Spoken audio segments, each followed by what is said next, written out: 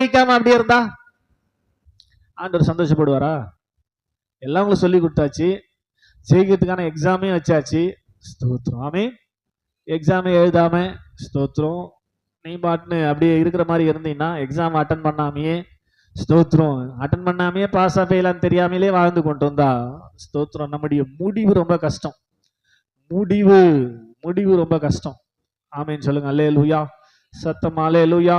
இப்போதுல இருந்தே எக்ஸாம் பண்ணி எதுல நீ தேரலையோ அதை சொல்லி கொடுத்து உன்னை முழுசா வெற்றி பெற்ற மகனாய் மாற்றும் போதுதான் பரலோகத்துல கர்த்தர் இடம் கொடுக்கிறார். ஜெயம் கொள்ளுகிறவன் எவனோ அவனுக்கு பரதீசின் மத்தியில் இருக்கிற ஜீவ விருட்சத்தின் கனியை புசிக்க கொடுப்பேன். ஆமென். ஜெயம் கொள்ளுகிறவன் எவனோ அவனை என் சிங்காசனத்தின் பக்கத்துல உட்காரும்படி அருள் செய்வேன். கையை தட்டி ஆமென் சொல்லுங்க. அல்லேலூயா. இதெல்லாம் ஜெயம் கொள்ளுகிறவர்களுக்கு ஆண்டவர் கொடுக்க போகிற ஆசீர்வாதங்கள். நாம் ஜெயிக்காம இதை பெற முடியாது. அதனால தான் ஏற்கனவே ஆரம்பிக்கும் போதே சொன்னேன், நீங்க ஒழுங்கா தேவனை பின்பற்றி தேவனுடைய பிள்ளைகள் என்ற அந்தஸ்தோடு வாழ்வீர்கள் என்று சொன்னால் பரலோக வாழ்க்கையை இங்கே அனுபவிக்கலாம். ஆமென் சொல்ல மாட்டீங்களா? ஸ்தோத்திரம். இல்லை சொல்லுங்க. அல்லேலூயா. அனுபவிக்கிறீங்களா? பரலோகத்துல போனா எப்படி இருப்போமோ அதை பூலோகத்திலேயே கர்த்தர் காட்டுவார்.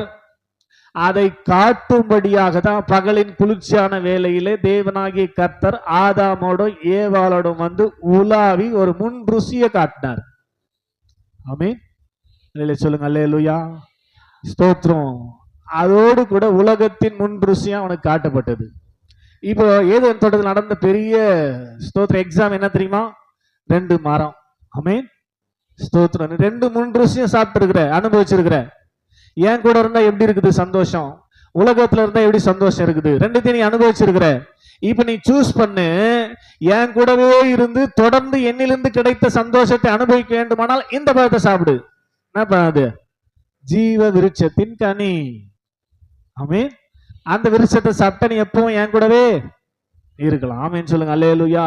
இல்ல வேணாம், நானே சொந்த காலில் நின்னுப்பேன், நானே வாழ்ந்து பண்ணினா இன்னொரு கனி, அதை நீ சாப்பிடு.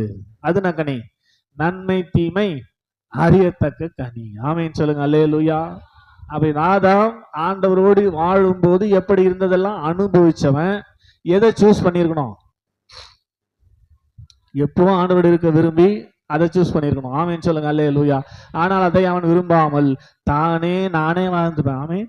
எனக்கு தேவன்லாம் தேவையில்லை, கடவுள்லாம் எனக்கு தேவையில்லை அப்படின்றத விளங்க காட்டும்படியாக நன்மை தீமை அறியத்தக்க கனியை பறித்து பூசி